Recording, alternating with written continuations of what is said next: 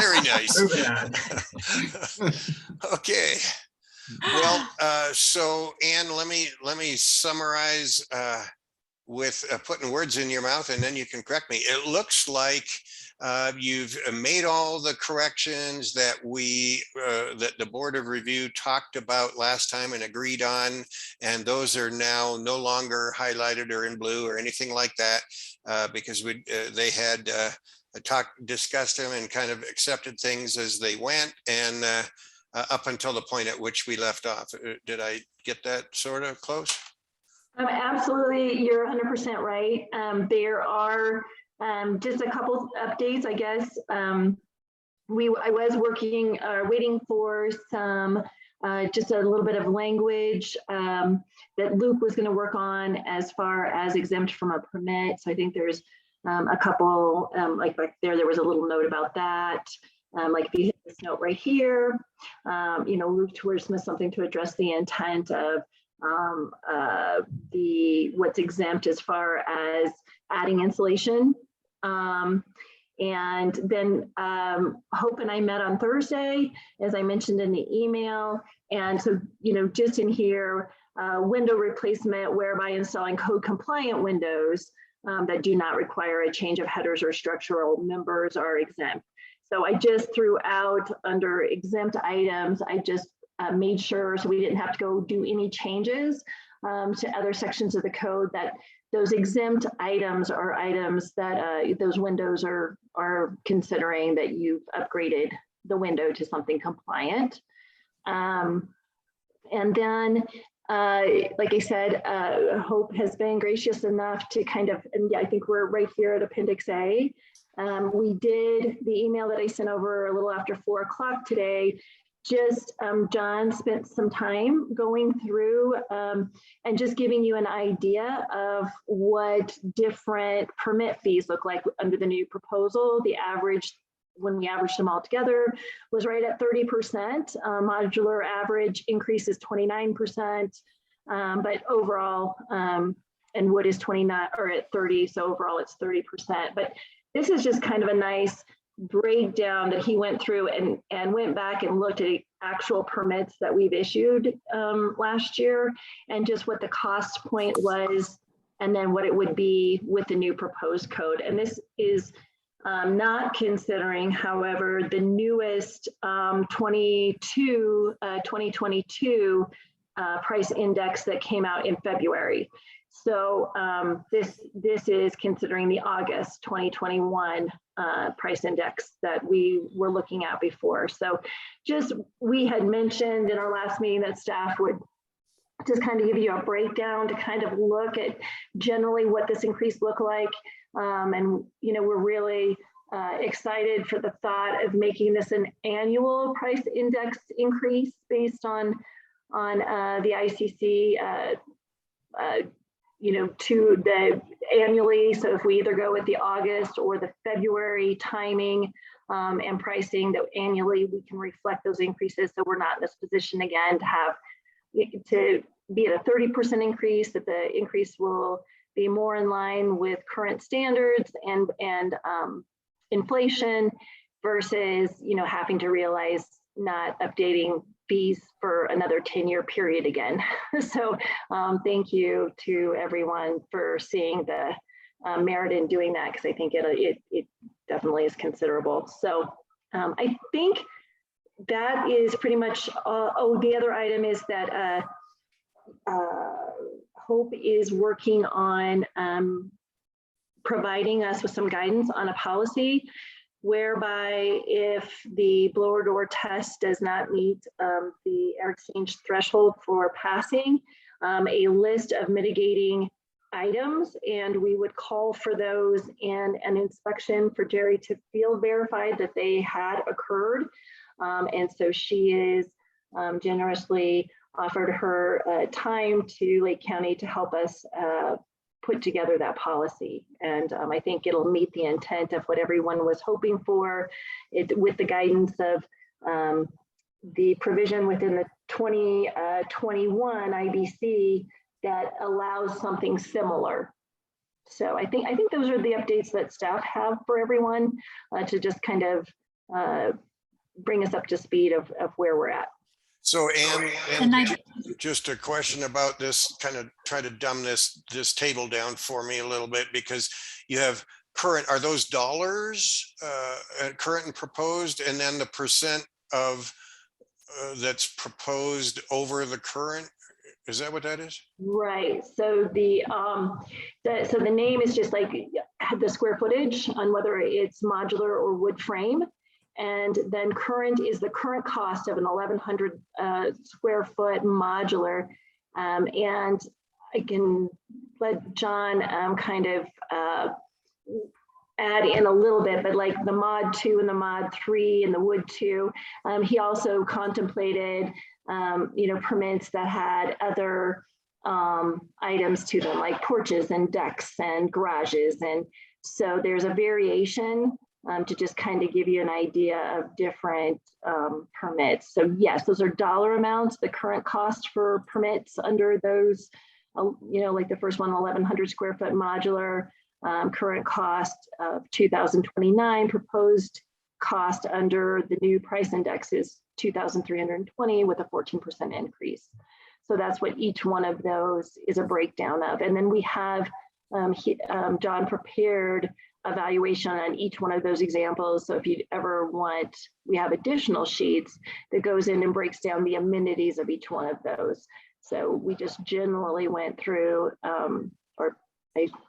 John generally went through and looked at existing permits and just a shift in what the change looked like between the two. Oh, okay, so that's the cost of a permit for that size of either modular or wood house right now, well, current and what we're proposing. Correct. Gotcha. Okay, thank you so much. And it looks like that comes out to like a 30% average overall, which I think makes sense as far as something that people can handle, but should help the department. Yeah, and then annually, it's only going to be a few percent from then on, sounds like. Right. Ann, can I ask a question? Can you all hear me? Yes. Yes. Yeah, go right ahead, Cameron. And under the draft resolution you sent, you've got Appendix F is the contractor registration form. I was kind of hoping Appendix F could be the radon resistant appendice. Okay. I don't think I'd taken that note before, Cameron, or if you have mentioned it, I apologize if I've missed it. So let's see, D. Yeah, and I understand, Ann, this is kind of the passing of the torch. I think in previous meetings, we were unanimous in saying we wanted Appendix F to be included. Okay. I will make that revision. That's Appendix F of the code book. So I don't know if that would interfere with our own Appendix F of the resolution. Right. It's different. It's different. It would still be Appendix F in the code book. This is just an appendix from a resolution. But we need in our resolution to reference Appendix F, so that could get confusing. Oh, so that means we need to go back to IRC and make sure that we have Appendix F adopted, right? You want? Yes. Am I understanding? Okay. Yep. So if we start at the beginning, we come back here. International Residential Code 2018, it's published by the ICC, including appendices E and G. Okay, so so you're wanting to have E, F, and G then, correct? Yes.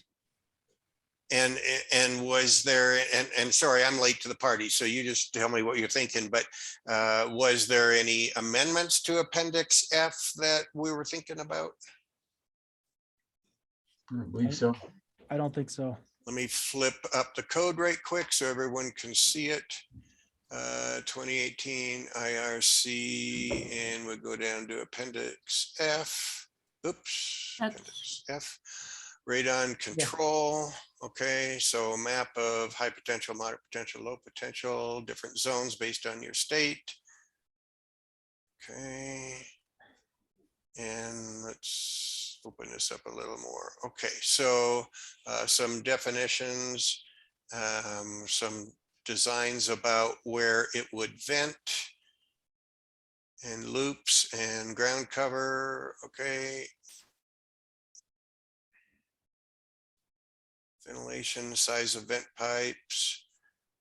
And that is it. So, yep, 3 pages or something like that Yeah. there, plus the stuff at the So beginning.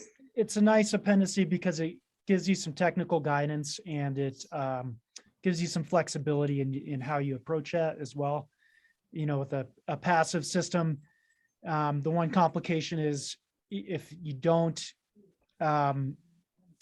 manage to control the radon through that passive system, the code isn't going to deal with that. It's up to the homeowner to test for that in the future, and then add, you know, an additional fan. And so my advice is always to plan out for that, you know, kind of hedge and make sure, you know, you've got wiring nearby, or you have a plan to get a fan in place. And so it's a little awkward, you know, if your riser is in an interior wall and you don't have anywhere to put the fan. You know, it's not a foolproof way, but that being said, if you have your subfloor preparation there done correctly, then it's way easier and way more cost effective to mitigate after the fact than if you don't have those characteristics.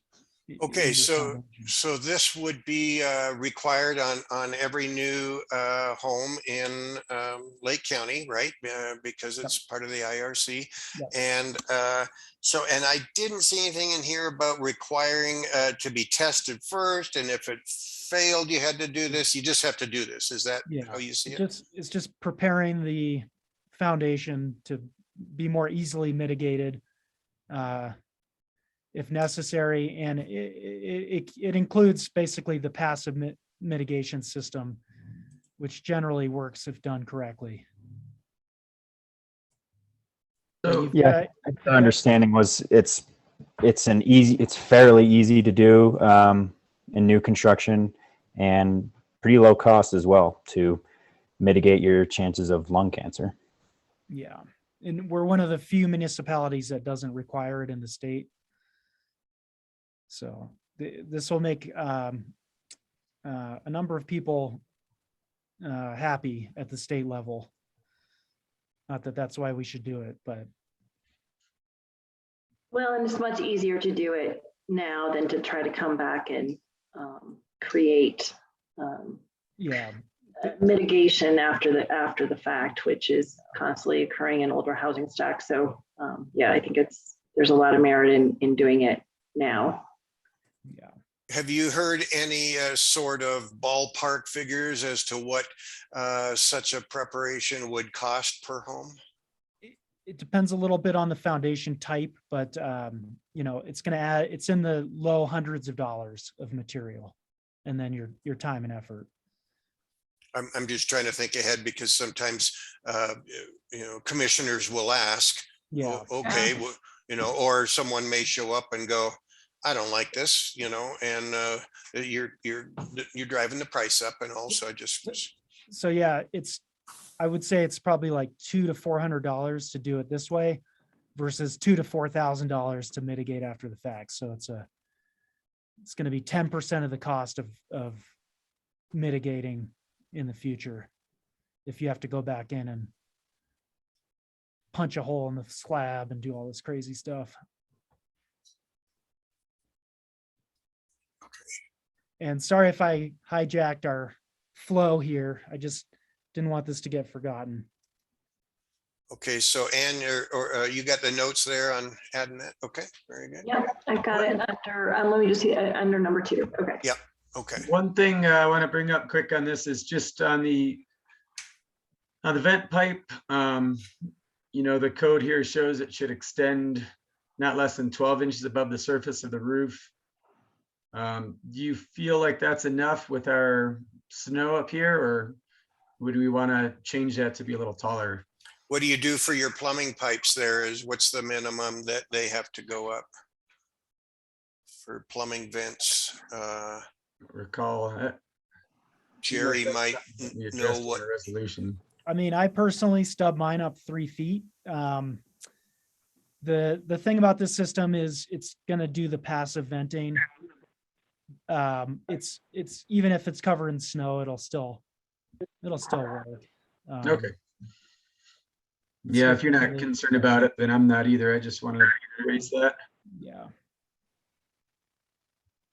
Jerry, did I hear a comment from you on that? Yeah, the snow level is always variable depending upon which side of the house, the north side, the south side, with windward side but Appendix F for the radon does require that new homes have a space for a fan with electric going to it. So that's already built into the code. You don't really need to worry about it. It's in the appendix, is that what you said?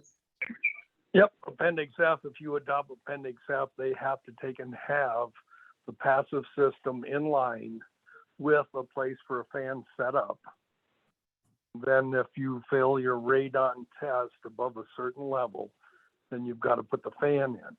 But if you put the passive system in, you have to put in electric for the fan anyway. But Jerry, there's no provision that says you have to test after you've gotten your certificate of occupancy isn't contingent on a good radon test, right?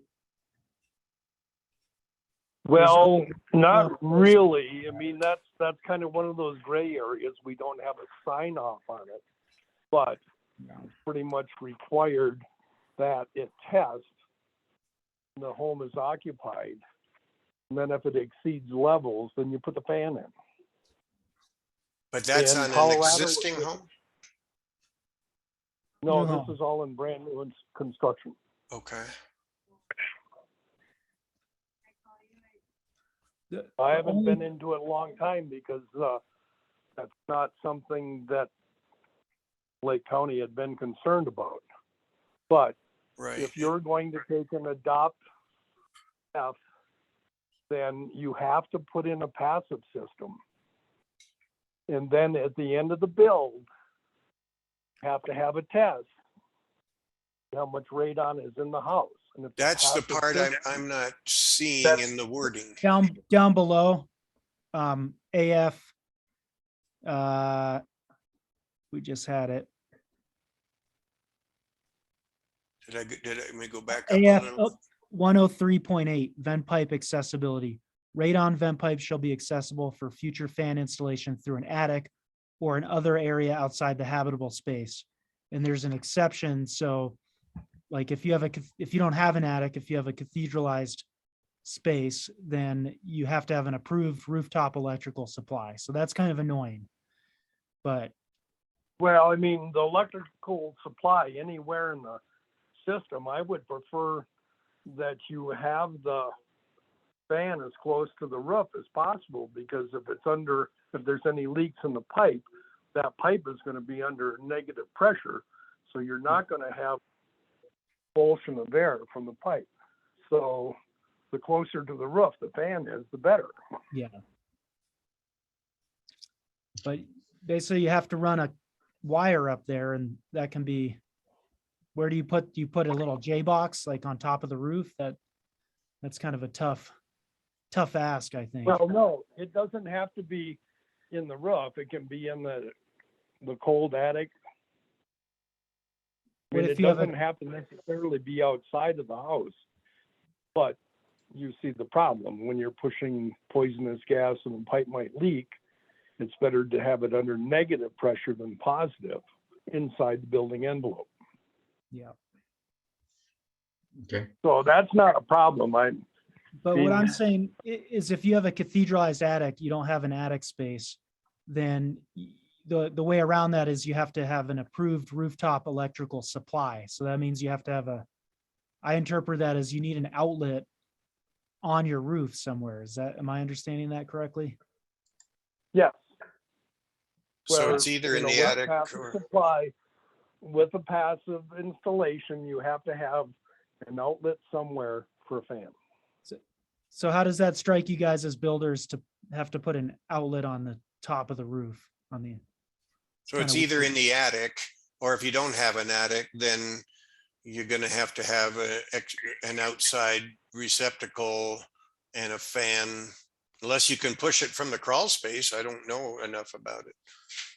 Yes, you can push it from the crawl space, but here I'm kind of highlighting best practices. If you Right. push it from the crawl space, then it's pressurized air going all the way to the roof. If you've got your fan on the roof, it's negative. And it has to be outside the Looking out of habitable the living space. space, yeah. The crawl space is not habitable space, but yeah.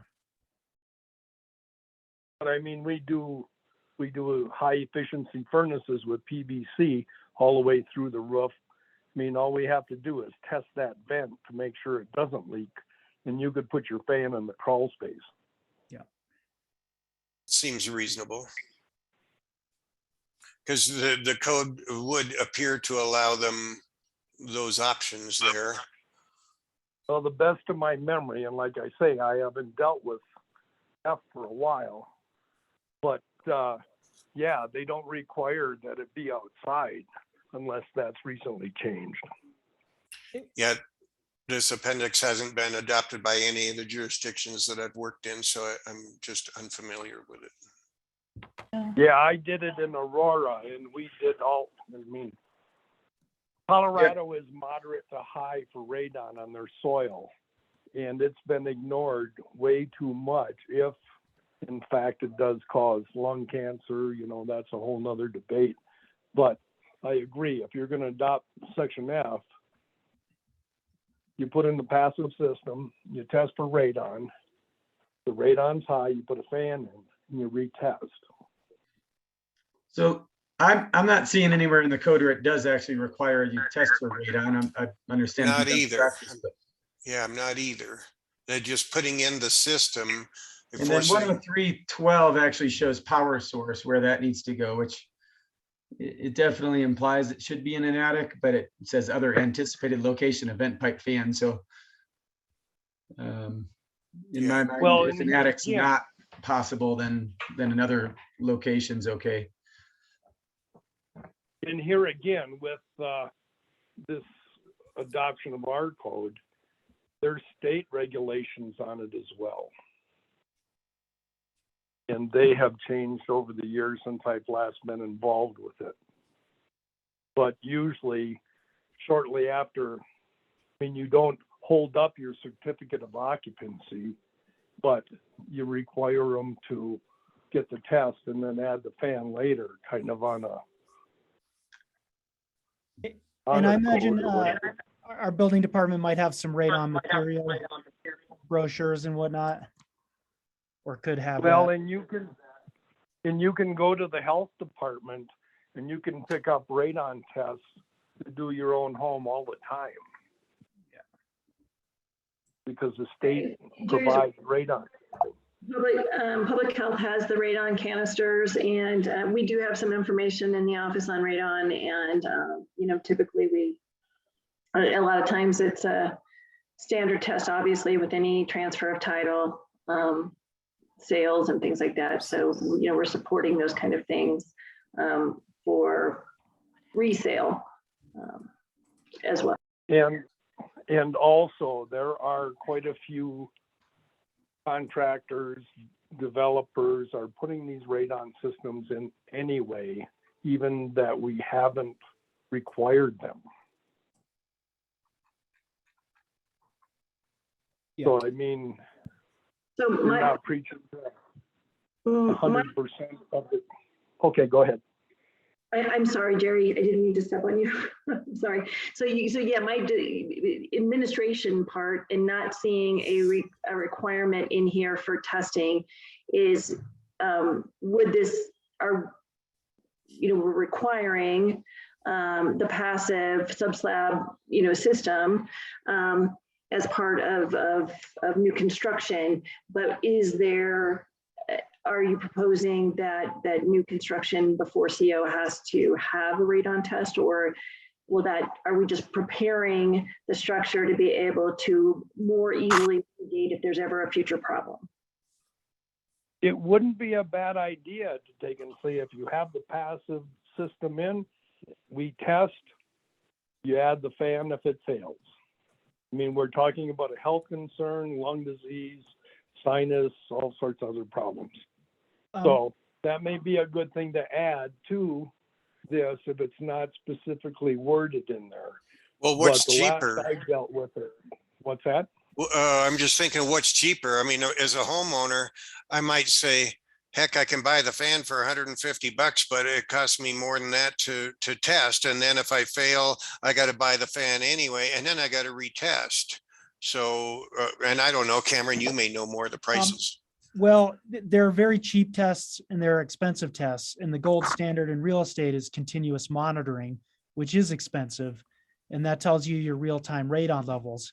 The problem with a cheap DIY test is you can get a wrong result very easily. So I've given these out in the past when I worked at the Conservation Center. I wouldn't recommend requiring testing. I think that this appendix goes far enough. It paves the way for a system. It puts it on the radar of the builder and the homeowner. I've been in homes that were pretty new and didn't have this, and they tested through my radon program.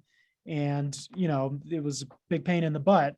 At least with this appendix, it's paving the way. And I think that in order to require testing, you would have to have some clarifications around the testing methodology and, how you're going to prove that. And I just think it gets a little onerous. So I think the appendix is fine. I appreciate Jerry's point, and it's a real problem. And, that's why we need this appendix. But I don't know of any examples of any other jurisdictions that actually require testing at the point of occupancy. Well, you're getting the infrastructure in at least at this point. Yeah. And you are getting a passive system, if I'm not wrong here. So it's going to help no matter what. It may not be doing exactly what it needs to, but I think it's just important to message from an education standpoint, the need to test. Like, your passive system isn't guaranteed to work. You've got to test it, but you've got to just leave that up to people and builders after the fact. And, the testing piece is just a separate issue. Unless, That's a good sales point for the developer or the builder.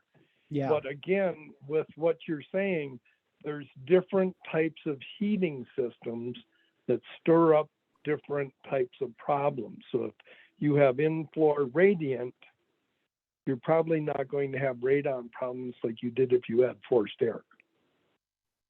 I don't think so, Jerry. I don't think that's accurate. Sorry. Well, I mean, there's a question there too. I mean, and then where do you put your HRVs? And there's a whole different Yeah. building That's air beyond the change scope of there. the minimum, the minimum standard that we're aspiring to. Right. I Yeah. mean, I'm going with whatever you guys agree with. I just want to put that information out there. Yeah.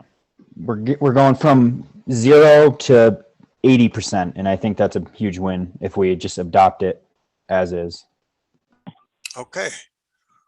And is the IRC the only code book with that Appendix F for radon, or should that be applied in the IBC somewhere? Commercial buildings generally don't have radon problems because of their positive pressure ventilation systems. Okay. Yeah, we don't even have, because we have ventilation in the building and makeup air and everything like that. And although the IRC is getting there, but Okay.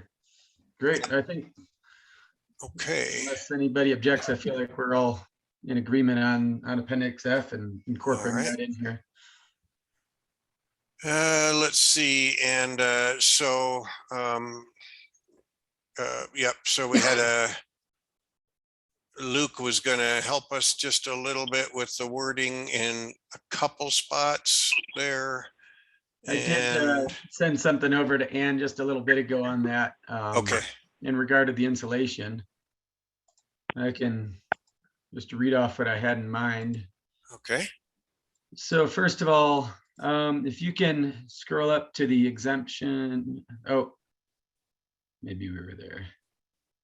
I was there on the IRC. Here we go on the IBC. Okay, so I'd like to take the line on number 4, in existing structures, take that out of there. Just those 2 words? Those 3 words in Okay, existing sorry. structures. Yep. And then I think the only way to do it, at least as far as what I Oops. could think of. Oops, hold on. No, it's It moved on me. We'll get back right there we there. go. So I couldn't think of a good way to tie that onto that same exemption. I think it probably needs to be its own. And what I have in mind is to say, number 5, insulation work in which insulation is added to an existing assembly where no insulation has been removed. Oops.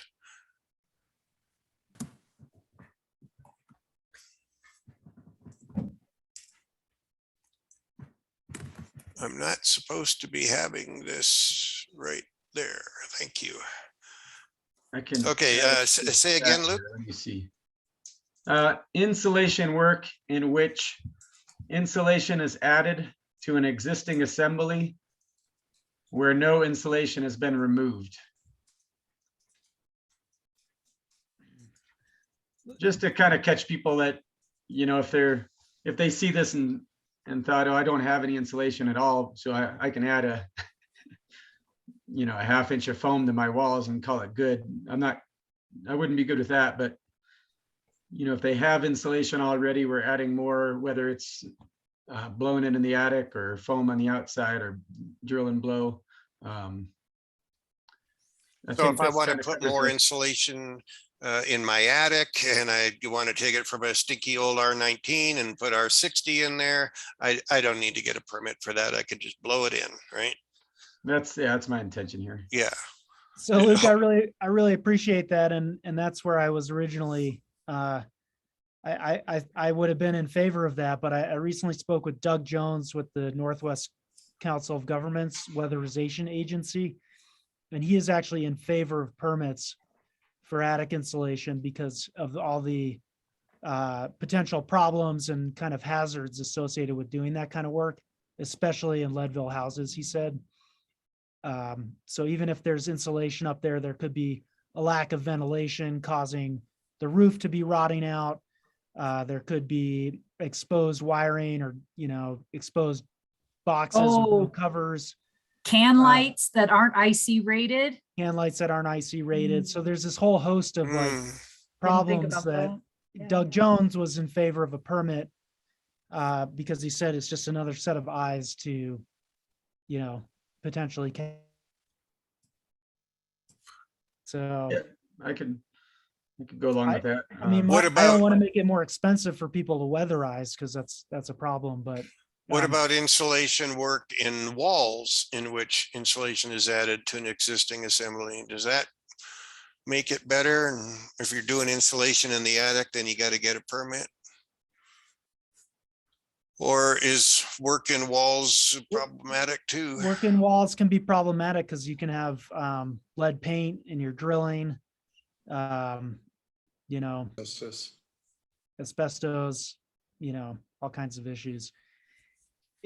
And I will say with weatherization, the policy in years past, I don't know if this has been continued, is that low-income weatherization permits that are being pulled by that agency for Lake County residents have in the past, the permit fee has been waived. That was kind of a policy that Paul had in place. But Luke, I like the intent behind it, but I kind of think we should scratch it. I'm sorry. Sure. No, it doesn't bother me. I was just trying to think of a good way to work that, but I can see the reasoning behind not exempting that. So. Okay. I would still like to keep number 4 there. Installation agree. less than 200. Okay, just so that's in line with the other.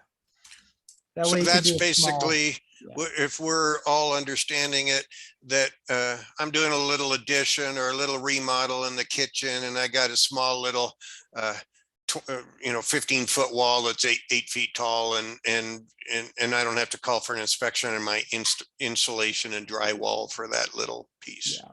Okay. So here's just a question to raise that could come up. So if there's a situation where someone wants to add insulation, they still may not be able to get to code insulation.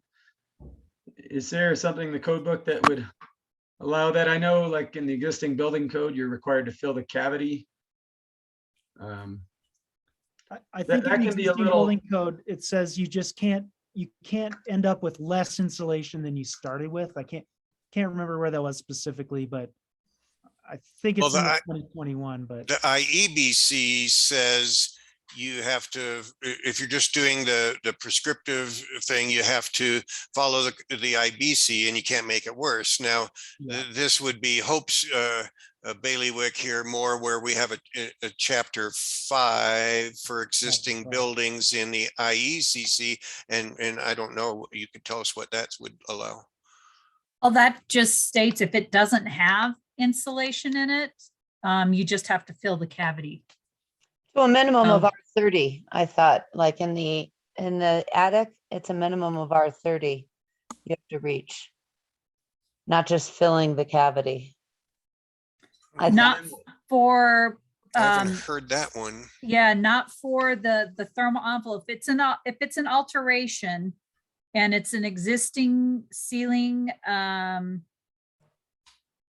let's see. I'll bring it up here if you want me to. Yeah, let me just, 402. so just so that I understand, we're talking about if it's something that is existing and they just want to add some insulation to it. Is that still what we're referring to? That and or repairs. So, I mean, we run into a lot in the restoration where, there's a huge ice dam, it wipes out a big wall. We have to tear out that wall. It's 2x4 wall. We can't get R21 in it. I thought If it's- R402.2 says specific insulation. That's not an existing building, though. So chapter 5 is on existing buildings, what's required for them, which sometimes gives you a little break. Well, and 504 deals with repairs, and it says that, you are, required to, you're not subject to the requirements for alterations that you find in here. Ordinary repairs, abatement due to this. Basically, what it says is you would put it back the way that it was. So if it Before the had, damage. yeah, that's what it is obviously they want you to repair the damage. They don't want you to omit, if there was insulation in there that you're omitting it, you would just need to put it back to what it is, and you wouldn't be, you wouldn't hit that. You got to come up with, to the full code. Okay, so for an alteration here in 503, on an existing building system or portion shall conform to the provisions of this code as they relate to new construction without requiring the unaltered portions of the existing building to comply with the code. So that's the same as if you're building a wall, you only apply the code to the part you're altering. Alterations shall not create an unsafe or hazardous condition or overload existing building systems. Alterations shall be such that the existing building or structure does not use more energy than it did prior to the alteration. Okay, and then the envelope. Existing ceiling, wall, or floor cavities exposed during construction, provided these cavities are filled with insulation. Yeah. So if you've got it open during an alteration, then just fill it and you're good to go. Yeah, I think that's good, and I feel like it satisfies me. We ran, part of the reasoning on this is when Tiger was inspector, she was adamant that even if it was a little hole, that we had to fill it with spray foam if it wasn't. It doesn't say that. Wall. So yeah, I do think it's a little vague to just say it filled with insulation, because some people could interpret that as filled with, the most highest R value insulation, but I think it works for me. I'm pretty satisfied. So thanks for pointing that out. Yeah. Okay. All right. So, okay. So we went back to number 4 and what do we want to do with in existing structures then? So, I would say we can delete that again, just because it doesn't say that under drywall or. Keeping those two the same, drywall installation under 200. I mean, this is work not requiring a permit. So I guess if you want to replace your insulation and drywall for 200 square feet, you don't have to get a permit. If you're doing an addition, you're going to get a permit anyway for an addition. And this might be just something that Jerry could use as, hey, don't call me out here to look at 200 square feet as well if he wants to, Yeah, and being that we're talking IRC, which isn't Okay. generally going to be existing structures as much, I think it's good. to Yeah, delete so that. we got a companion one in the IRC. So that was IBC. Yeah. Oh, yeah, sorry. Okay, so here we go, IRC. Yep, same thing. So so we could Delete that again. delete that again. And basically, well, if it's a new home, I mean, we're getting rid of existing structures. So I guess we're talking about new homes. Well, you're gonna have more. Yeah, but you're gonna have more than 200 Yeah. square feet of insulation in a new home. So when would this apply that isn't in an existing structure then? It would always be am I missing something? It would always be in an existing structure, right? Basically, yeah. Um, If it's a new home, we're looking at all of it because you got 1,500 square feet of it, Right. I mean, that's why I put it in there, is because in new construction, it's. I think you kind of got to have it because we're trying to give people a break here on little chintzy stuff that they're doing without making them come get a permit. And so I think the in existing structures, I'll go out on a limb here, needs to be in number 14, needs to be added in number 11. Right, and that's why I added it, is because these are the instances when we're in that position and administering things of somebody coming in with their scope of work and whether they need a building permit. Obviously, installation is a new construction is given. So the exemption, what I was thinking, it was that we're looking at those instances when we're trying to determine if a building permit's required or not. Am I thinking wrong, Luke? I don't want to, I mean, you're the boss, so. No, this makes sense. I do think, just looking at it now, number 11, we need to reword that to say drywall installations. Yes. Buildings under 200 feet could. Yes. So it should be the same, less than, right? Yeah. Good catch. Yes. Gotta be I consistent. don't know if a building's under 200 square feet. Okay, drywall Buildings under installation 200 less than 200 square feet in existing structures, and installation less than 200 square feet in existing structures. Okay. And then the window, let's see, this change that you have addressed the need for compliant windows. It's consistent. Okay, and Luke gave you some language. Is there anything there that you want to further that we need to do? The only thing that I wordsmithed after Hope and I talked was just window replacement, whereby installing code compliant windows that do not require a change of header or structural numbers, just so we didn't have to go and adjust another. We're thinking that when somebody's replacing windows, they're going to upgrade windows with something that's compliant. Otherwise, it would trigger changes in allowing replacement of windows in other chapters of something that are less than compliant. Great. Okay.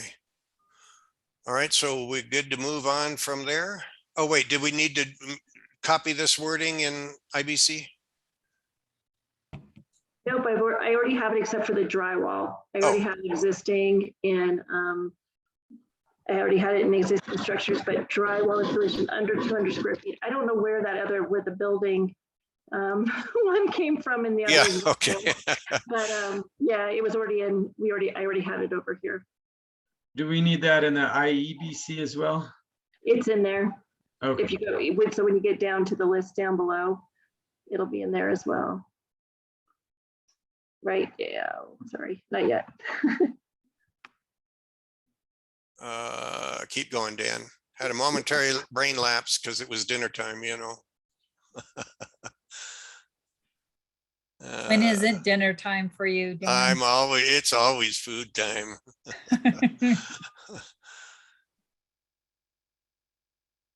Fire code, get existing building code, work exempt from permit.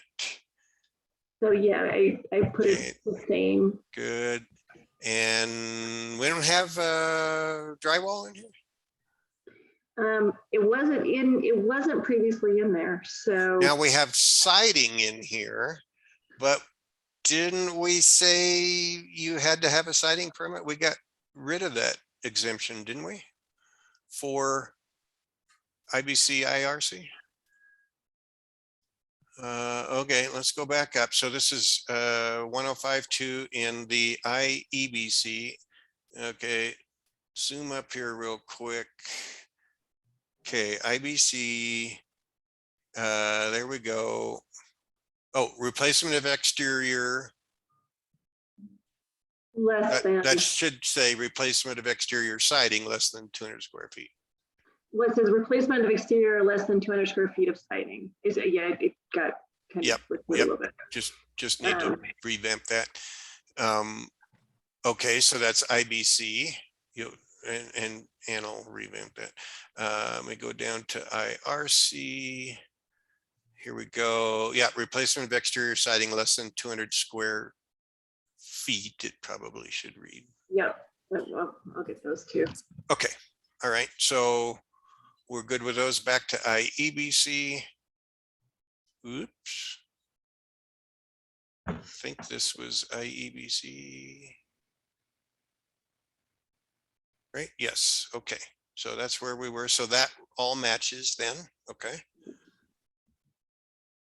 The only thing that's not in work exempt from a permit in existing though is the drywalls. And you know, I think that when we removed that long list of all of the items, I think that it contemplated drywall within that. And so if you want it added back in, because this is where we removed that kind of catch-all with all kinds of kind of arbitrary items that were exempt that we removed, you were all in consensus for removing that. And so if you want it added back in, we can just mimic it right here as well. I may as well make them all match, right? Yep. That's what I'll make sure that the drywall's in there. You guys good with that? Okay. All right. So that puts us down here to, oh yeah, and you fixed 13 where we had 13 and 14. So now 13 is performance compliance. We just double check that we got that right. We're in IEBC right here. And 13 is performance compliance. 14 is moved buildings. And there we are. Excellent. Okay. And all we're doing is getting rid of the term reference to the property maintenance code in there. So, all right. And we went through that page. Okay. Contractor registration, no changes till we get down to, oh yes, this was your you provided the reasoning for this. And so you're saying half of the wood frame seems like a reasonable amount to charge. We're going out for fewer inspections and looking at their stairs or steps or the little porch that they build or whatever. Okay. Looks fair to me. All right. One thing I just wanted to bring up that we didn't really talk about because we were bouncing around the cost per square foot. And I think one thing to keep in mind on that is that, you know, that shouldn't factor in any of the technical trades or any of the, you know, soft costs, I don't think. So just as a little better understanding, it's not I don't think this is really saying that $148 would actually build you a house per square foot. But It's when it's just when a you take number. out- Because the plumbers, electricians are putting their own permits, so it's not factoring those costs into it. So I feel like that makes it seem a little more appropriate. Yeah. And I'm not proposing any change, just some justification there, I guess. Right. Okay. Just a note there, Ann, we gotta, that part I highlighted, that should be derived from August 2021, if that's what we're going with. And maybe we need to say in there, unless you're gonna put it in, is this going into an additional fee resolution that has to be passed from time to time by the commissioners? Or do we set it all here? In other words, is this line the place where we say August 2021 building valuation data? Or do we say derived from the ICC building valuation data as updated every 6 months? And that way we don't have to clue into a certain addition and everything. Well, I think we talked more about on an annual basis than an every 6 month Oh. basis. Okay, all right. But no, I think that would be a great place. I don't think that it has to go into the annual resolution by which the county adopts fees. I think that we could suggest within this that this is a place that with that price index that we can just do it annually. But I think maybe determining if that's annually in August, well, I think we actually have to think about that for just Yeah, maybe you the just, actual application of it. Like how do we adjust those fees? I like it being adjusted on an annual based on. well, and that's all you need to write is derived from the ICC annual valuation data or building valuation data as adjusted annually. And then your own policy can be, we do it every February or we do it every August, I like I think that sounds great. If if the board thinks that that's great, I think that would be a wonderful way and has agility to it. So I like it annually in February because that's when I'm writing budgets. So I can get that. If I wrote a budget in February but purchasing a permit till later, it could impact things. I mean, it's not significant. Yeah. Yep. Good point. Okay. All right, so we'll scroll down to this page here. So this was discussion, Appendix A, discussion on temp COs. Did I do this, Ann? No, this is Paul's, or this was your underlining and coloring? No, maybe Paul's? sure. Yeah, this is anything that I've done. I thought that maybe this aligned with your idea of, the example of some kind of incentive for a refund if just to try and incentivize the completion of the project. And so the TCO doesn't linger. My only worry is that maybe there's not quite the equity in here if it is a supply chain thing, or if it, I think I like the better way of trying to remove things from the permit and put them under separate permit. And that tool to me is always the go-to tool to avoid CO. But when we don't have that, if we went with this, then I think that we have to adjust something up above in the wording of the TCO if we're going to, because I think right now the fee structure is the TCOs are $150. So if we want to adjust this, or maybe we don't have to do it in the actual section on TCOs, maybe we can actually do it here. So I think that maybe this was the incentive idea of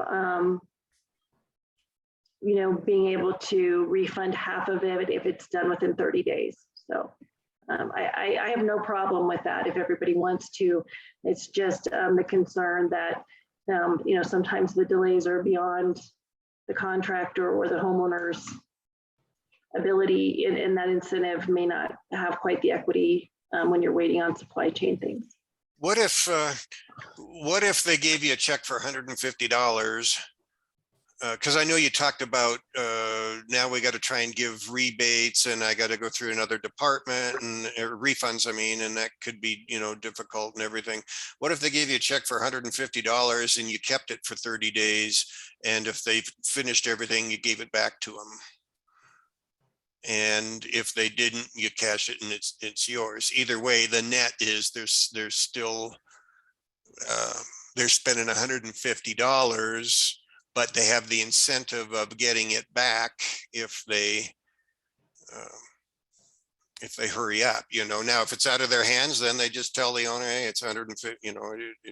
I'm just kind of playing with something there to make it easier for you with your department. But on the other hand, some departments don't like to hold on to somebody's check for 30 days. Or the $150 I think is a fair administrative cost, just to be watching this, and so I kind of think the $150 does seem to be a reasonable expense for TCO. So I love the ability to incentivize and be able to rebate something. So they have to give us 2 checks for $150, and then we have to just joking. Yeah, I mean, I like the idea. I would love to hear from the board their thoughts on it. I would say that I like any incentives always versus a regulation. I always think that's much better way to go. But I think the $150 is a reasonable administrative fee, just of the extra time to negotiate the contract and drop the contract and manage the contract. So, but I don't know. I like the idea of a refund, but maybe if we just stick with $150 as the cost, and then try very hard to find other tools and ways to avoid TCO, like being able to separate out the permit. That's just my thought.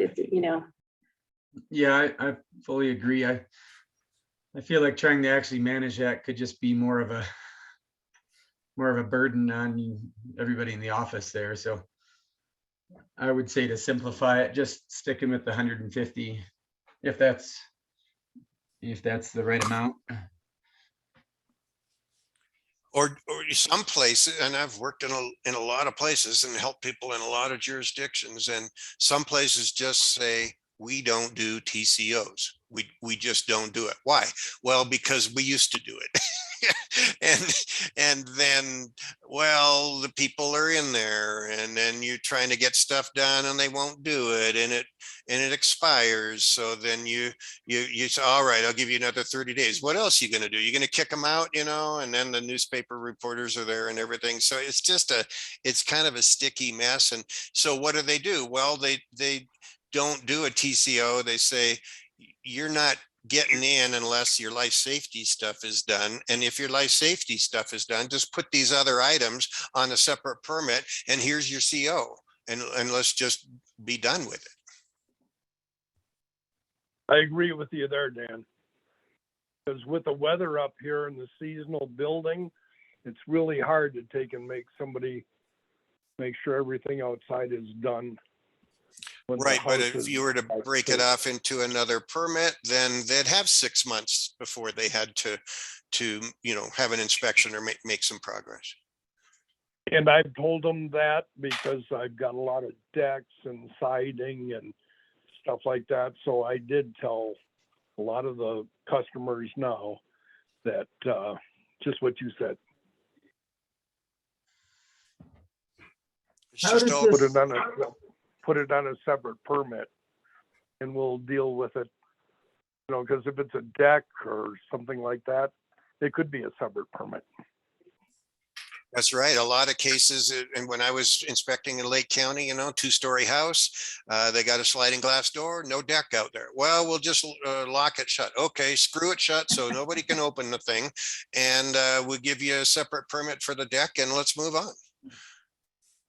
Exactly. How do we currently deal with a situation where someone has a house done but no septic system inspected and can't do that until spring? And That's not, we haven't ever allowed occupancy until we have final septic. Not a TCO either, though? No. So Okay. you mean, I guess they would bring in porta potties or something like that for until winter was over? Is that what you're thinking, or? I don't know. I just, You still couldn't have, I mean, you still couldn't have running water in your sinks. No, You I could mean, that's have, part of chapter 1 says you got to have running water and sewer facilities, unless you really want to go outside the box. And I don't know if your health department would allow that. we've never, so in my 8 years, we've never been able to ever TCO or CO without final septic. okay. So if it takes 6 months to build a house, make sure you're digging your septic during the good weather. So what does the board feel about TCOs?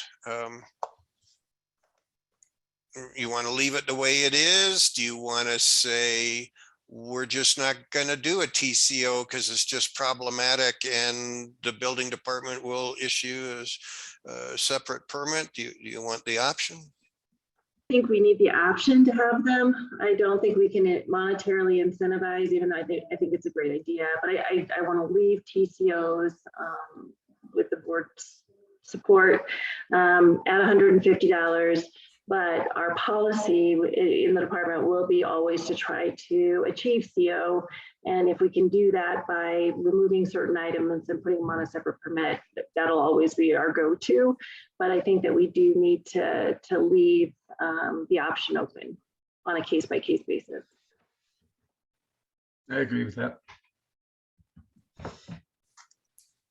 Okay. So Well, do we want to say $150 for 30 days? The timing of this TCO, I think, is spelled out elsewhere. So I don't know if we need the So full we- 30 days. We changed them to 60 days with possibility of a renewal of 60. So I think just make the cost $150. Good catch, Luke. Thanks. The only other thing on this table I might say is on the reinspection and consultation fee, if we want to put a 1 hour minimum on those, just so people aren't trying to get fighting if they only think that they should be charged for 15 minutes. We have this policy up in the office. I wish I could remember exactly because we do it just a little bit different. There's also an administrative fee that's just because of our split between what stays in the department and what goes to Shums Coda. I think that we have these as $50. So let me get back to you on that because I'd like it just to align with the policy that we have posted in the department. So it makes sense. Let's adopt what we actually do. I'll highlight it here and then I'll just email this to you.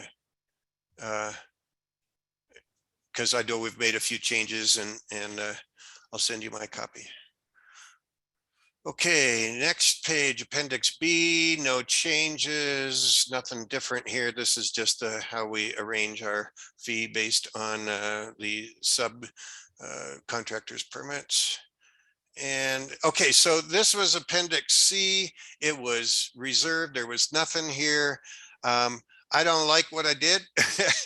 and I would say, let's get rid of this. But here's my thinking. This is the reason I don't like it is you guys don't deal with electrical inspections and you don't deal with electrical permits and the state does it. So it just makes sense. I threw it in there thinking, well, maybe they want that and how to fee all the permits, and we're not feeing the permits, and we probably aren't going to change our system and hire electrical inspectors and everything, are we? So why don't we just get rid of this and keep it as reserved? Are you guys okay with that? Yeah. that seems like a pretty drastic change to bring that in-house, right? Yeah, it would be a big thing. You'd have to hire people, then you'd have to get the money from it. And then you got to go through, before I delete this, you can see, this is what the state said. These are historically what their fees have been. So just as an example, let's say you have a commercial building. This is House Bill 1035 says you have to have $120 base fee. Then every year, that's for up to $2,000 of Bless valuation. you. Then from 2001 up, it's you add a tiered charge per thousand of valuation, and it's $9.60 per tiered charge. It starts getting into crazy math, and every time somebody tries to figure a permit, there's a chance for more human error all the time. And then every year you have to go to the US Department of Labor Consumer Price Index for the Denver, Aurora, Lakewood area, which I don't know why we're doing that when we're in Lake County.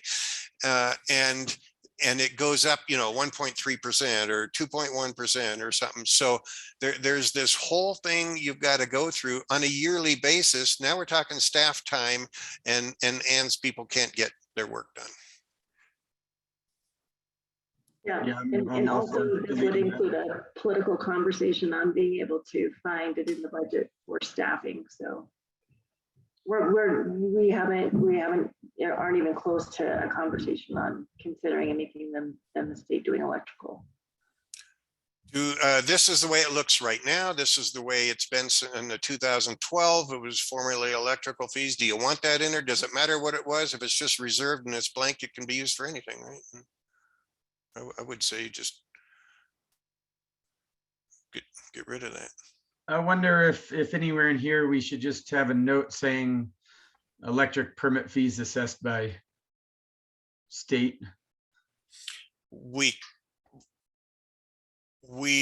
have done that. Yes, Luke. I usually write that in to the ordinances for the jurisdictions I help, and I say something, when we're adopting the codes, then we'll say something like 2020 or no, National Electrical Code as adopted by the state of Colorado and amended from time to time shall be the electrical code of this county. So it just clearly says whatever the state's adopted, that's what we're on.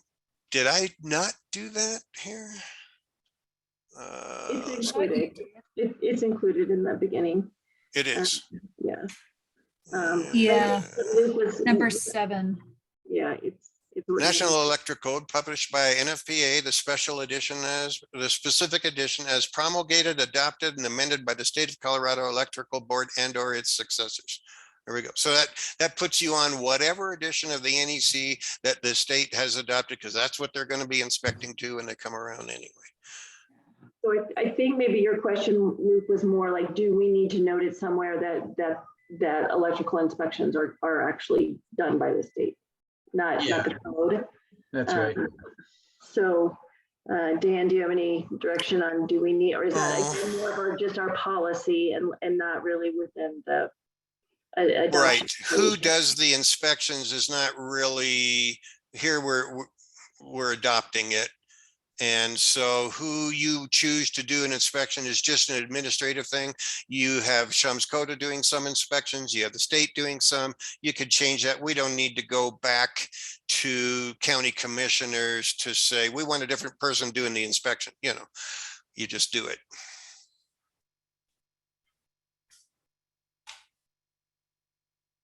That would be my 2 cents anyway. Okay, Appendix C, that's done. Appendix D, that's just your schedule of inspections. And there was one change to the insulation inspection. Okay, Hope, wake up. Shall be made after all insulation and vapor barriers are in place. And one of us had the bright idea to write prior to window energy stickers being removed. Is that good, bad? No, yes? You're muted, Hope. I was telling some great information. It was like brilliant stuff. So this is referring to when inspections are going to be performed? Is that? Well, am I these are understanding this correctly? the inspections that will be, so required inspections. The building official upon 24-hour notice will go out and make the inspections set forth below, as well as other inspections as needed. And so, you know, frame, insulation, drywall, and under insulation, it said shall be made after all insulation vapor barriers are in place and before any wall covering. And we said, you know, how about we spell out that don't take your energy stickers off your windows? Well, what I would do is, and my question for you, I actually have a couple of thoughts on this one sentence. We probably need to break it out a little bit. One is when you're talking about vapor barriers, are you referring to the vapor barriers that are required on the interior side of the exterior walls? Or are you referring to air barriers? Because they're two separate things. My guess is it was, well, yeah, good question. I don't know. And it doesn't say the water resistive barrier, you know, because that would be another thing. So Yeah. My guess is the intent, because a lot of times people clump vapor barriers and air barriers as the same thing, and they're extremely different. So my thought would be is for your insulation inspection is you would because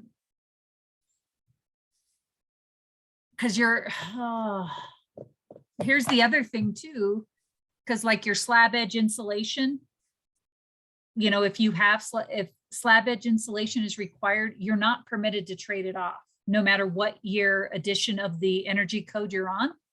So that wouldn't happen at this particular time. The insulation inspection for the wall, it makes sense that you would look at it before any wall covering is going on, but your attic insulation probably won't happen until, you know, your drywall is up right. to hold up the So we don't want to, insulation. yeah, we don't want to say you can't have your insulation inspection or you can't take your energy stickers off when it's related to attic. So that's maybe not the best wording. Yeah, what I would do is maybe have a separate inspection that talks about your, you know, your windows, your glazing. And at that point, say, you know, when they're installed, have them inspected for, you know, the U factor and all that prior to any stickers being removed. Maybe we're What- trying to what- solve a problem that doesn't exist. Jerry, have you had issues with trying to do insulation inspection on a regular basis? The stickers are missing or something? Nope, none whatsoever. Why are we beating our head against the wall here then? I don't know. I don't know if the building department's getting a lot of complaints about that or not, but No, I'm not sure where the recommendation came from. We're not getting any, I think it was me, and I think I added it one day and just to be helpful, and it's not helpful at all. Well, if this is what you're keeping, remove air barrier, or I'm sorry, and remove and vapor barriers. Because that is, we don't want to be inspecting if it is truly the vapor barrier that you're asking for. We want to see the inspection before that vapor barrier is ever installed.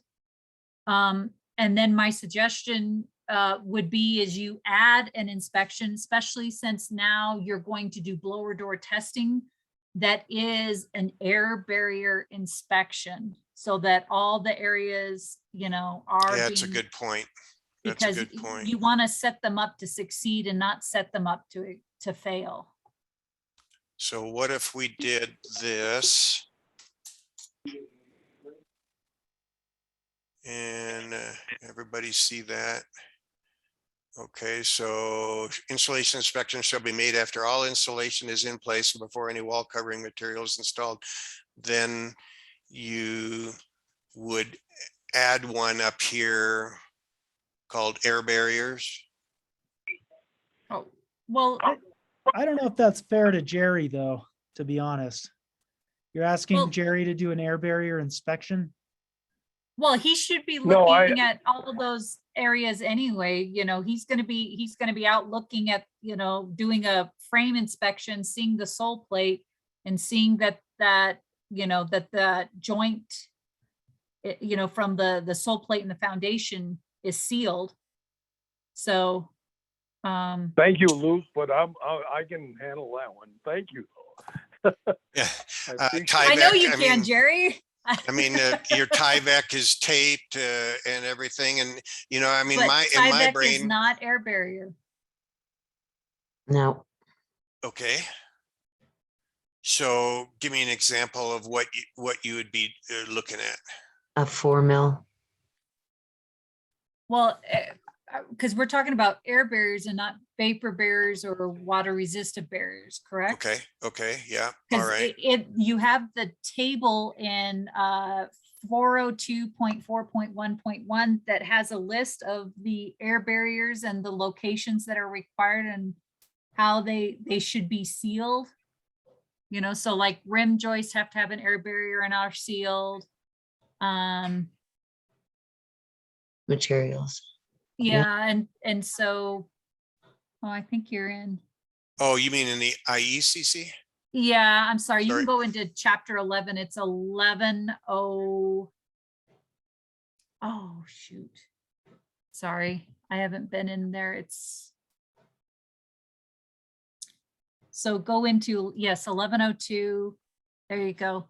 So this table, gives the guidance that they need as far as, what's required for the air barrier and, where things need to be sealed, how things need to be sealed. Well, that's a really Um, important part for Lake County is that these things are getting looked at. Otherwise, you're not going to be passing your blower door anyway, right? Well, here, can I add one thing on this? Yeah. A lot of times these homes are radiant floor heated, mhm. and so they don't get the air exchange. So I think, the industry needs to think more about ERVs and HRVs for air change. And that is required in the 2021. But we're in the 18. Correct. And you guys did, because previously you had amended out the whole house mechanical ventilation, but it's included into this adoption. So that will help to mitigate the concerns about the air changes an hour for it, the ventilation. So I guess the question is, does the Board of Review want to, and Ann as the building department, want to officially add a permit, an inspection? Because this required inspection list is probably pretty old. Footings, foundations, frame, insulation, lath, gypsum board, roofing, mid-roof and roofing final. And just to throw it out there too, that there is that list in each of the code books that talk about the required inspections and when they are to be performed. That might be. We already have it. That's true. I mean, why are we doing it again? If I go to IRC and I go to administrative Is it scope, 108? yeah, something like that. Inspections 109. 109. There's your list. Foundation, plumbing, mechanical, gas, electrical, floodplain, if there is any, frame and masonry. Other inspections, building official can have the authority to make or require any other inspection. So anything like this could simply be a policy of the building department to say, starting next January, we're going to start doing air barriers. Ann, did you have a thought? Yeah, so that list of inspections, it matches exactly to our inspection card that we put in the field. It helps drive every permit holder on kind of knowing what the flow of inspections are and what's required. And I can't tell you how many times that staff is assisting a permit holder in knowing what inspections are required and what the flow of inspections are. And, you know, we're in a situation where we've got a third of our permits are self-builds, and they're trying to navigate this with, you know, a certain amount of knowledge, but not always enough to know how to navigate it well. So I think that, you know, this was intentionally put in for a flow, an expectation in the field to help with, you know, somebody maneuvering through the process that's maybe not a contractor. So I do think that recognizing an air barrier inspection somewhere in here has merit, as well as updating our inspection log that is, you know, maintained in the field and maintained in the office. So. And is that going to cause problems for you and your staff trying to revamp a current card and throw away a bunch of permit cards to add air barrier line on there that maybe you don't have room for or anything? Nope, we print those out. Well, traditionally we printed those out when we made the permit box and had them in the field. I will say that some of our standard processes have been a little different in the last couple of years, affected by COVID. So whereas maintaining that inspection log in the field used to be a critical piece, you know, there's been some barriers to being able to update those, but we very much update them in the office so that we know where projects are at. So no, it's no problem for us to update them. And as we are starting to integrate with our onboard with Tyler Technology and the software program that's going to help us facilitate and manage building permits, it won't be a problem at all. And we really rely on kind of having this not only as a tool in the field, but both in the office. So I think that identifying that there's a need, you know, and even if, however Jerry kind of manages it or where we should put it in the flow here, it will definitely help administratively and maybe generally help in certain instances in the field as well. Can I chime in real quick? And this is going to sound funny coming from me because I am an efficiency expert, but the problem with an air barrier inspection is that air barriers are built at every phase of construction, and the type of air barrier that you decide on also influences what gets inspected. So for example, if you're building with zip wall, your air barrier is your zip panel, and that has to get taped, and that has a different air sealing protocol than if you're relying on your interior drywall as your air barrier. So ultimately, while it's helpful to point out things like your sill plate and the gasket, even a visual inspection of your gasket doesn't tell you whether it's tight or not. That's what the blower door test does. The blower door test is the quantification of the effectiveness of your air barrier. So I'm definitely in favor of, you know, the inspector pointing things out to folks, but it doesn't seem as meaningful as a visual inspection is not as meaningful as a blower door test. And it's hard to fit in. You've got to really understand what the air barrier is and what the overall strategy is. You know, if it's a spray foamed house, and your spray foam, it can be your air barrier and your insulation at the same time. Well, just so you know, by the code, they're required to do a visual inspection to what you find in that table and a blower door test. Oh, So yeah, it used to Luke, be, by the way. it used to be just a visual inspection of the items in that table.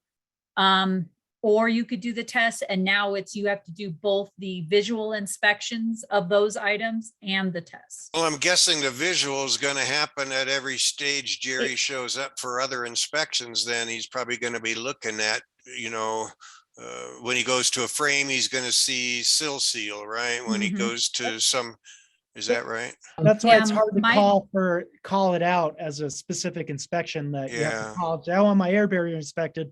Well, your air barrier is being inspected the whole time. Yeah, the thing I would maybe make notice to that is, you know, if this is something that is supposed to be for, you know, the homeowners, or maybe not homeowners, but self-builds and what have you, maybe it says it's required inspections, and you just mention that, you know, the air barrier inspections throughout the process, or be aware that, you know, air barriers will need to be verified, or We can just something. add a simple phrase to each section where it's possible, you know, where, you know, footing inspections, right? Make sure, or the sill, whatever, you know, just have it, just a 3-word phrase, air barrier may be inspected or something. Yeah, that would be good. That would show some areas of when you know, an air barrier may need to be looked at, and at least then it gives them the heads up that that is something to be, you know, aware of. I Well, wouldn't this- muddy each this- section and each inspection with a, you know, air barrier. I think you just have one line that says air barriers are inspected at the inspector's discretion throughout the process. And then you make people aware of it.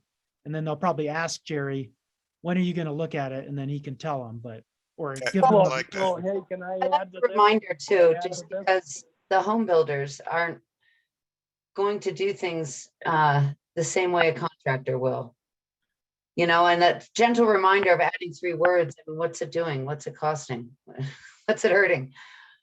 I think Jerry wants to chime in too. Yeah. Go for it, Jerry.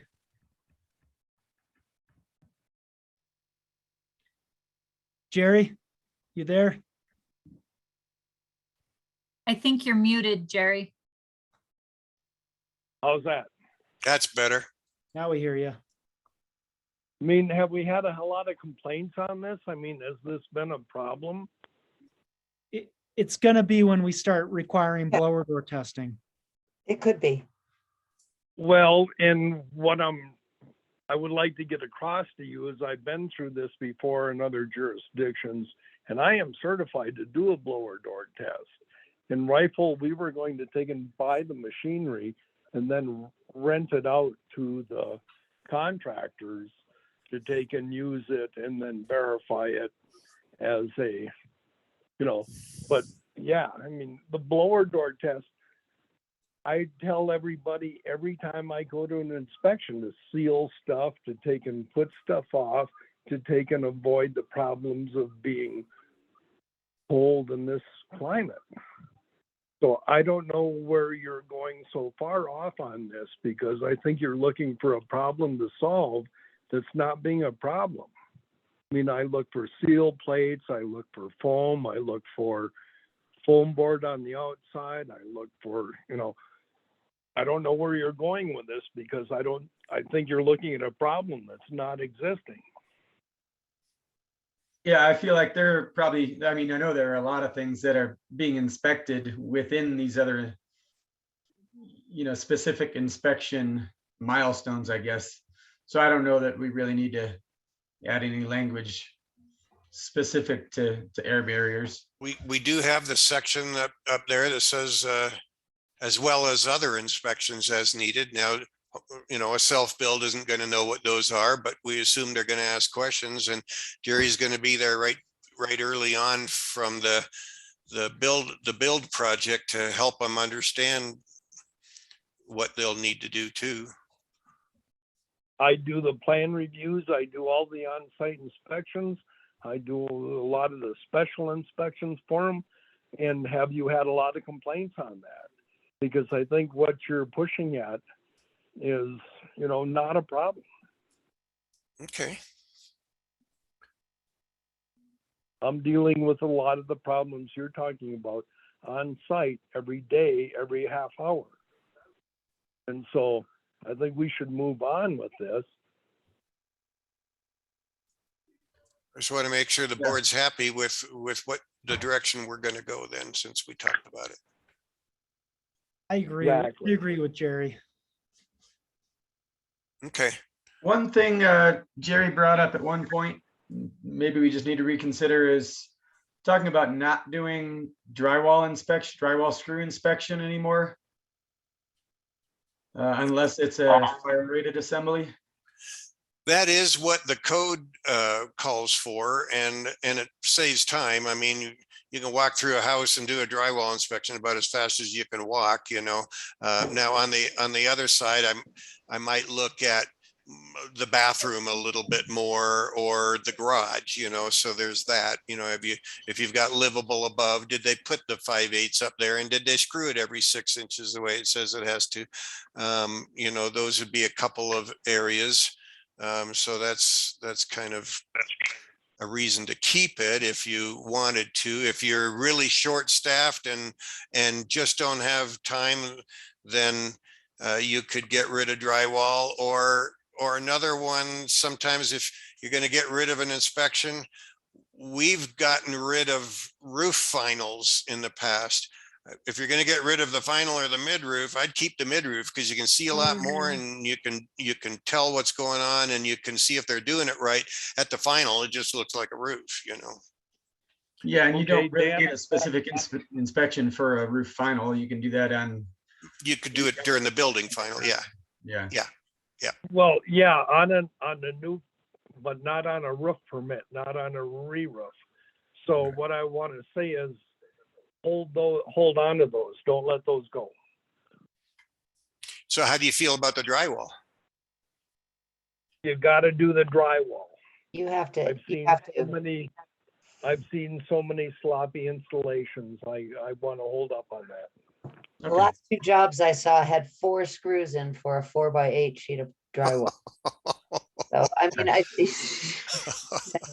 Hey, that's less, It's a problem. less nail pops. yeah, It's a problem.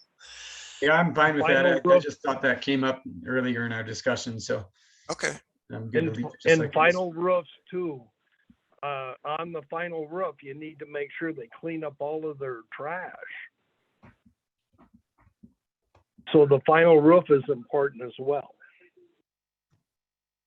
Okay, good discussion. So no changes here, other than, insulation shall be made after all insulation is in place and before any wall. So we just deleted "and vapor barriers" based on Hope's suggestion, because that was actually confusing. So okay. Do we want to mention anything about, I think there's been some confusion, Jerry, on when you want to see draft stopping inspected. Is that, are you looking at that with insulation, or do you want to add a line? No, it's got to be before insulation. It's part of the draft frame. stop is supposed to be done before frame. But often the insulation is your draft stopping in cases, right? Well, and I take that on a case by case basis, because if it's an exterior wall, it's going to be filled with insulation. If it's an interior wall, it may not. And so that's a case by case thing. And yes, the draft stop and fire blocking needs to be done before framing, because if the rough plumb or the rough mechanical or the rough electric come back in and they cut holes through the fire blocking, then it's all got to be done before framing so I can see it. Even if the insulators do the fire blocking, they may be covering up concealed spaces that may be transferring from floor to floor in concealed spaces. Okay. What And about? I think that's spelled out.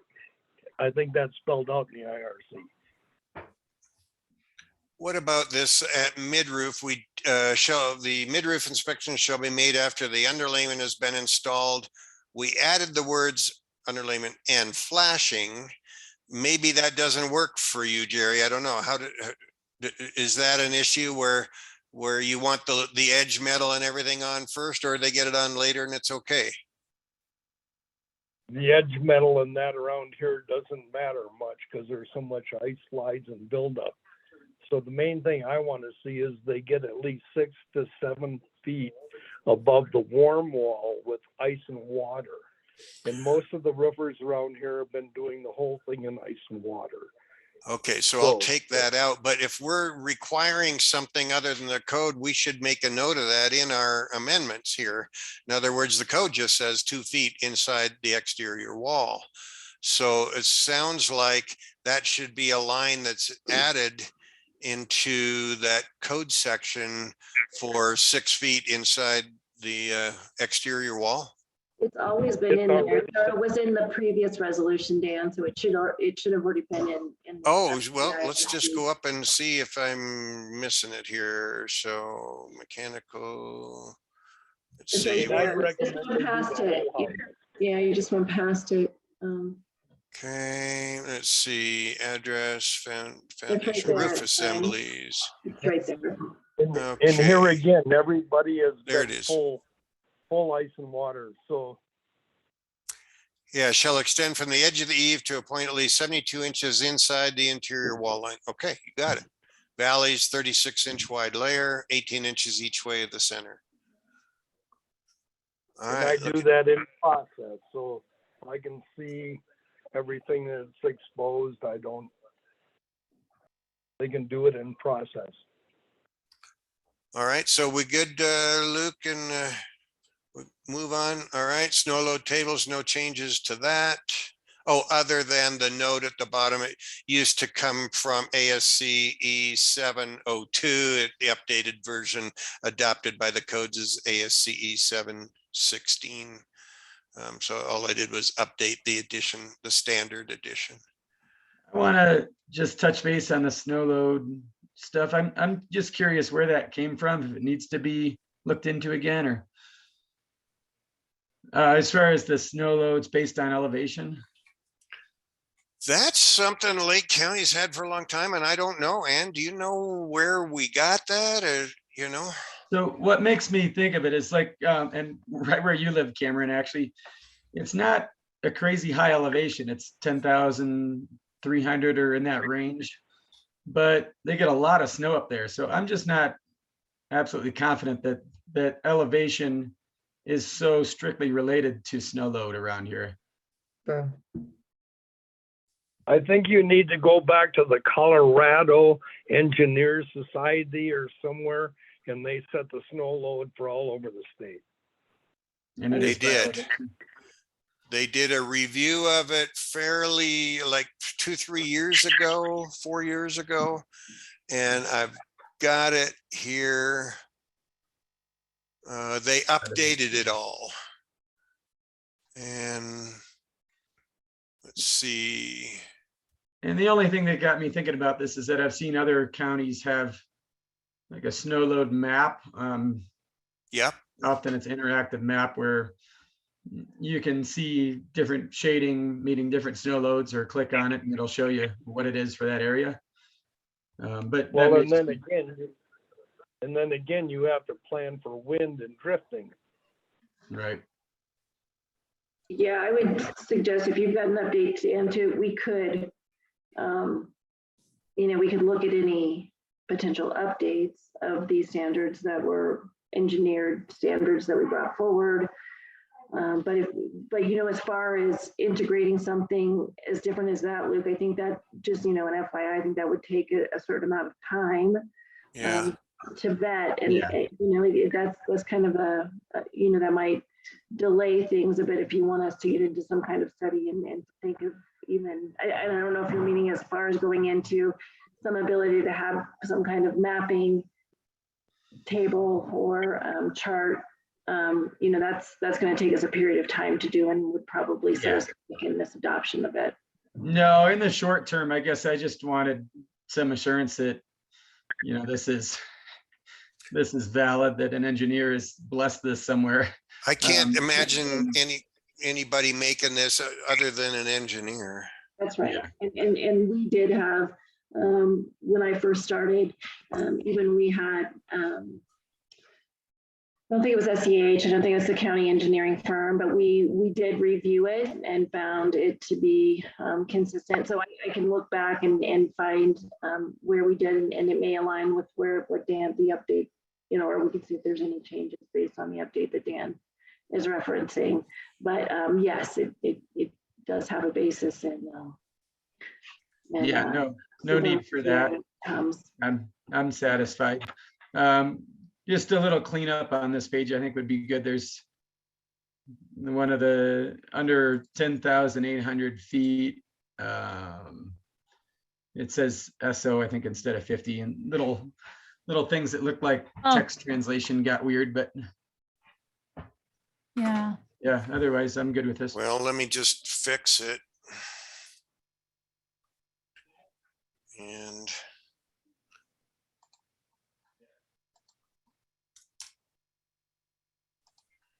turn it back to 50. Okay. Oh, Luke, I find it very funny that you said, a slight elevation of that 10,300, Yes, like, I did oh too. yeah, that little bit of elevation there. Yeah. You're so used to it, yeah. Okay, so here we go. We're on 12 minutes left, and I think this is the last thing to discuss. So let's get into it. This was an idea that Paul had that contractors pass a test. So proof of passing appropriate ICC contractor testing, or get a current license from a jurisdiction that does require appropriate testing. So in other words, the idea is we'll reciprocate with, Denver or whoever you got, as long as they're a jurisdiction that actually requires testing as well. And so what we did is we just said, okay, instead of general contractor $50, it's general contractor residential class C, for home builder, or general contractor commercial B, $50. And of course, if you're a commercial A, then you can build anything, and you wouldn't, I guess you wouldn't need to get that here, but you'd get a class B license for $50 and show proof. The downside of this is it takes staff to keep track of this, and it's more on permit techs. I think that, I think this was an idea, and that, Paul might have lifted up, but this concern has come, I think, from the Board of Review, from the building industry in general, as well as problems that we've dealt with administratively. I'm sure you all are aware that we have contractors currently operating in Lake County that probably, unfortunately, don't have a standard of practice that all of you do, and we are having consumers be very much damaged. And property owners be damaged by current activity. So I think this is incredibly important. I think that it's a well-supported idea that general contractors need to go through this certification. And I absolutely will support any kind of administrative time that it takes us to make sure that we support this. Because we are too often having property owners in our office who are beside themselves because of failed contractors' performance and situations happening. I know Jerry's aware of the activity in the field. We're aware of it in the office, and I'm sure that you're all aware of it as well. So I think whatever time that we need to dedicate to making sure that we can manage this, we're 110% behind that. Gotcha. Okay, what about the idea that, as I look here, mechanical contractors $50, roofing's 50, and everything's 50. Even the plumber is going to pay $50 for a license. If you're a general, you're only going to pay $50. Maybe now that we're going to do more work and keep track of this and send notices that your license is out of date or whatever, we're going to do, should it be $100 for a general contractor? Isn't that the same for a plumber as well, and mechanical? You got to keep track for that as well. We already do. We are for plumbing. We already have licensing requirements that they have to provide us updates on their licensing and being in good standing. But the reason that these fees all used to be different amounts, they all used to be, I think it was $250 for a general contractor, and we had different fees. What we wanted to do was incentivize registration instead of, we did have pushback. When I first started in the department for a couple of years, we had some groaning because about these fees. And so instead of the fee being a barrier, we wanted to more incentivize registration and doing the right thing. And so that's when we came in and we lowered all the fees to $50 straight across the board to everyone. So maybe it's time to revisit that, but I think the bigger over the fee is the, in a year where we're going to start requiring contractors to go and get the education, pay for the cost of the certification. And then I believe there's continuing education that they'll have to do to keep those certifications in good standing. I don't necessarily think that I think the priority is the testing. Whereas we could potentially raise some fees here because they're very, very low. I just want to emphasize that if we're going to spend some time on anything, I just really want it to be on, the certification. And my question on that would be, whereas we have a standard then that we have general contractors meeting, and of course we already have plumbers meeting licensing requirements. Electrical is done outside of our oversight. And so what about the other folks that register? Is there, Dan or the board, any other abilities to look for certification in any other areas besides general contracting, to just kind of raise the bar a bit, or are those other trades not as concerning? They don't have the same level of project responsibility and Yeah, responsibility. that I would agree with that. That is the level of responsibility. If the contractor has tested, he shows he knows not just his part, but really how to run a job and how to do all of that. Seems like that would be something to try for, the next code cycle and see how it goes and see if you want to update it later. Luke and Hope and the board, what do you guys, would you support this? Okay. Sounds like it came from you guys, in the If it comes past. from other states, can their appropriate contractor tests come from other states? Or do they have to take one? Like I have the California contractor's license. Do I have to get one somewhere in the state of Colorado?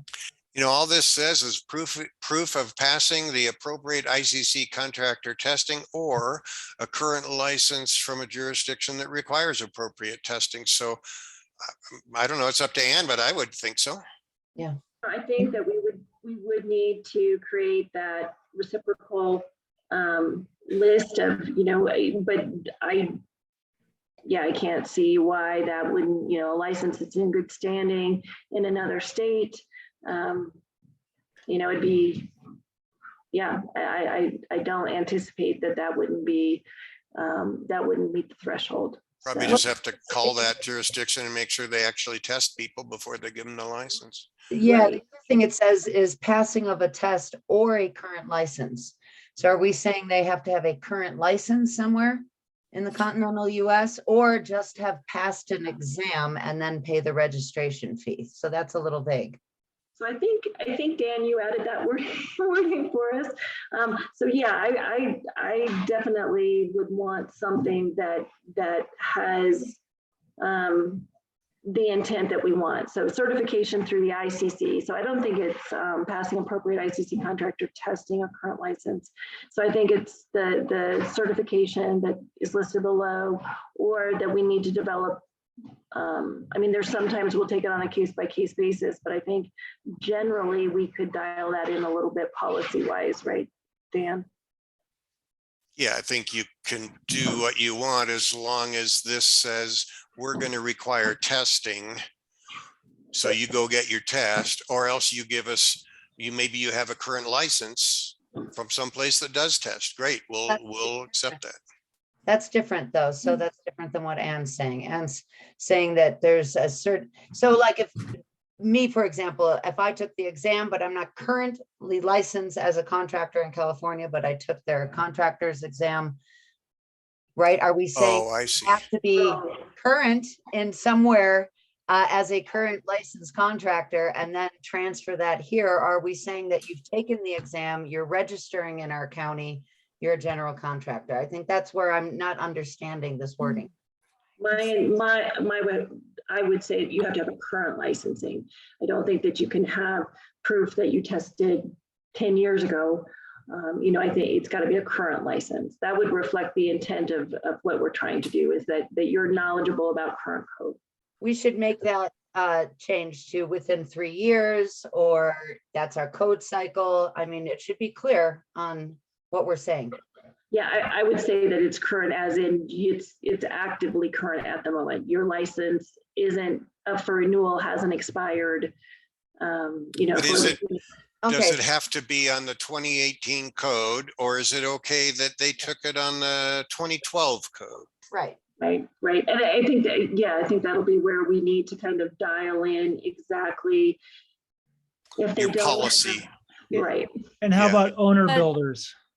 Yeah, what about owner builders? Yeah, they, Dan and I disagree, I think, a little bit on this. I think I would love to see them have, and I have had a self-build go in and get a residential general contractor certification through ICC. And I think it would be great, but I think Dan thinks it's a little onerous.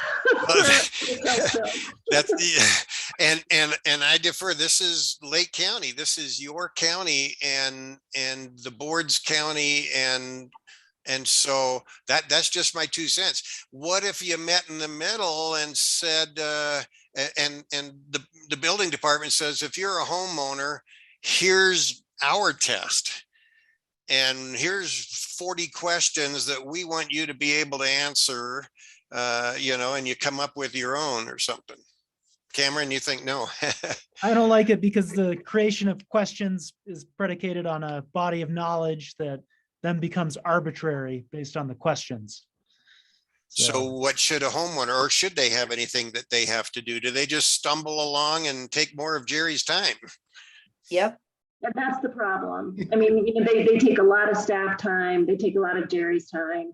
We have the affidavit written that if we get to a point that, they're just failing in the process, and they're not meeting expectations, and the project is not going in a manner that we set out very clearly in the beginning, then the affidavit that they affirmed to in the very beginning when they started the process says that they may be required to bring on, we may have to stop the project, and they may have to get professional assistance to further the project. What if they say, okay, I'll pay Hope to come and be my project manager, and Hope's nice, and she says, give me $20 and I'll put my name down on the paper for you. Would that be allowed? Some kind of, manager or something?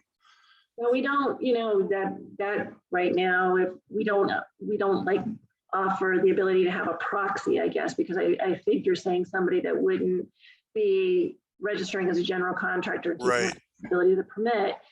And the expectation is that we can't let a proxy do that for a self-build. If a self-build, the only allowance is for them as the property owner. And if they can't manage that and meet the expectation, then they would have to have a general contractor, somebody that would come on and oversee the project in the capacity as the general contractor. And I think we touched on this a little bit, but I don't know if it's been written up formally anywhere, but I think just to help on this matter, we need to have something that makes it pretty clear that a homeowner build cannot be building something that's intended to be a rental or a sale or any profit. Because that's where I think Time frame on that, distinction. because Yeah. people change their minds. There should be a time frame on that or something. Yeah, I get that. There's a 2-year, kind of standard that you're going to occupy the home as a homeowner for 2 years. I think that this exception to be a self-build considers that you're going to reside in it. And so we, within our paperwork, just internally, we have because self-builds have become an issue and a problem. And that is that the other thing is that people are motivated to do something right away. They can't find a contractor. They say, oh, we're going to do it. They rely on the fact that they're going to be a contractor who just organizes all the subs. And so they just assume they're going to be able to find all the subs. And like you said, then life changes right in the middle of construction. They find out what the real estate market's doing. And they decide, well, let's sell this and we're making an incredible profit. And we've absolutely had that happen with self-builds. And so because that issue is coming up, we do have kind of a, a test question, like, and they're affirming when they sign the affidavit with us that they understand that they're getting this exception that aligns just with like DOLA as far as electrical and plumbing as well. That they're going to occupy it as, as they're building it for themselves.